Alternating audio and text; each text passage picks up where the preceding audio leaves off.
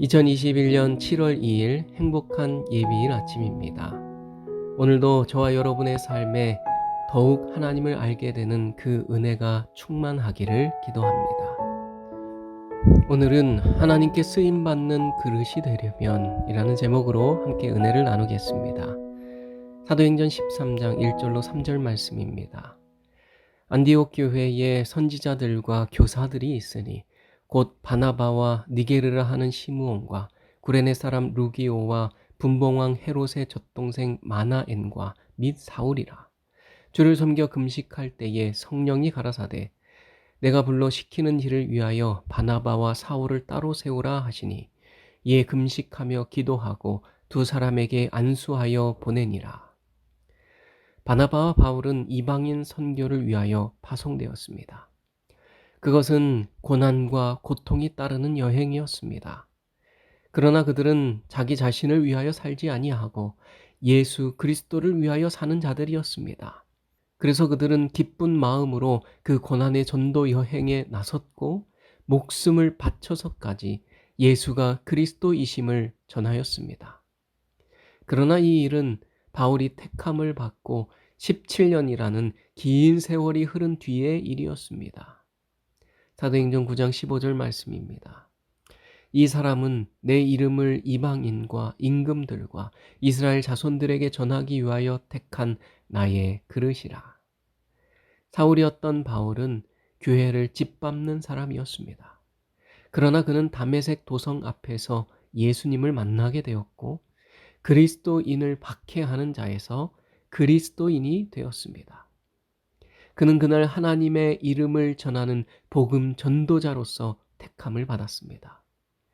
그러나 하나님께서 그를 택한 즉시 그를 사용하신 것은 아니었습니다. 바울은 즉시 주님의 사랑과 복음을 전하는 증인의 삶을 살기 원했습니다. 그러나 주님의 뜻은 그의 생각과 달랐습니다. 하나님께서는 그를 아라비아 광야로 보내셔서 3년간 경건의 훈련을 받도록 하셨습니다. 그리고 그를 다시 그의 고향 다소로 보내셔서 13년이라는 긴 세월 동안 칩거하게 하셨습니다. 그 후에 그는 안디옥 교회에서 1년간 목회의 경험을 쌓게 되었습니다. 그리고 드디어 17년 만에 이방인 선교사로서 부름을 받아 떠나게 된 것입니다. 하나님께서는 먼저 바울을 오랜 훈련과 긴 연단의 시간을 갖도록 하신 것입니다. 바울이 다메섹 도상에서 주님께 사로잡힐 때의 나이가 20대 중반이었다면 17년의 세월이 흘렀으므로 그는 40대 초중반의 나이가 되었을 것입니다. 바울이 살던 시대, 지금으로부터 2000년 전 로마 시민의 평균 수명은 50세 미만이었다고 합니다. 그렇다면 바울은 이미 그 인생의 말년에 접어든 나이였습니다. 20대와 30대, 그 활기 있고 열정적인 인생의 황금기가 다 지나고 난 뒤에 힘과 열정이 떨어질 그 나이가 되어서야 비로소 성령님은 그를 전도자로 보내신 것입니다. 하나님께서 왜 그렇게 하셨을까요? 하나님께 쓰임 받기 전 그는 먼저 연단되고 훈련되는 과정이 필요했던 것입니다.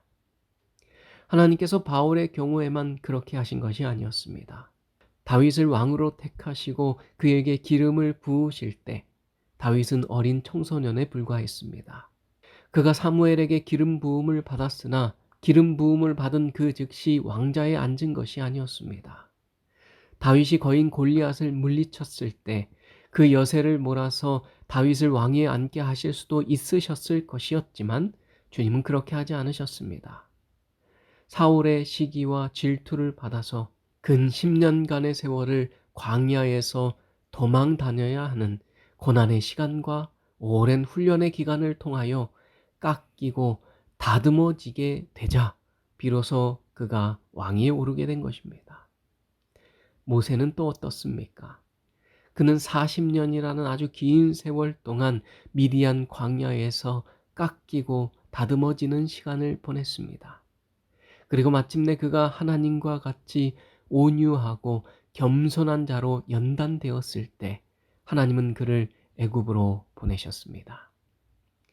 사랑하는 성도 여러분, 여러분은 하나님의 사랑과 하나님의 그 크신 은혜를 깨달으셨습니까? 하나님이 내게 베푸신 그 사랑이 내게 너무 커서 이제는 나만을 위하여 사는 삶이 아니라 하나님을 위하여 살고 죽길 원하십니까?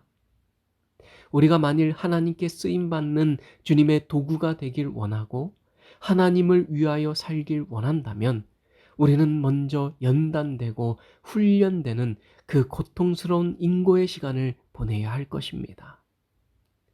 깨끗하게 비워지지 않은 그릇은 결코 사용할 수 없습니다. 깎이고 다듬어지지 않은 모난 성품으로는 하나님께 영광 돌릴 수 없습니다. 겸손하고 온유한 마음이 없이는 하나님이 맡기신 양무리를 칠 수 없습니다.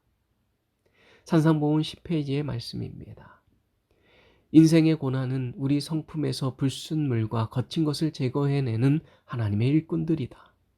이들에 의해 채석되어 깎이우고 끌로 새기어지고 갈리고 다듬어지는 것은 고통스러운 과정이다.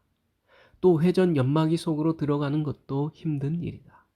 그러나 그 속에 들어간 돌은 하늘 성전의 제자리를 채우는데 부족함이 없게 준비되어 나온다. 쓸모없는 물건을 위해서는 주께서 그처럼 신중하고 철저한 작업을 하지 않으신다. 오직 그분의 보석만이 궁전의 식양대로 다듬어진다. 고난은 우리의 성품을 다듬는 하나님의 일꾼들입니다.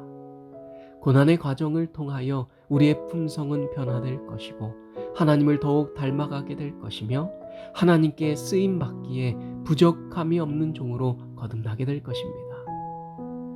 오늘날 여러분의 인생에 고난이 찾아왔습니까? 고통스럽고 힘든 회전 연마기 속에 있다고 생각되어지십니까? 하나님께서 당신을 그렇게 신중하고 철저하게 작업하시는 이유는 당신이 쓸모있는 존재이기 때문이고 하늘 궁전을 장식할 하나님의 보석이기 때문입니다.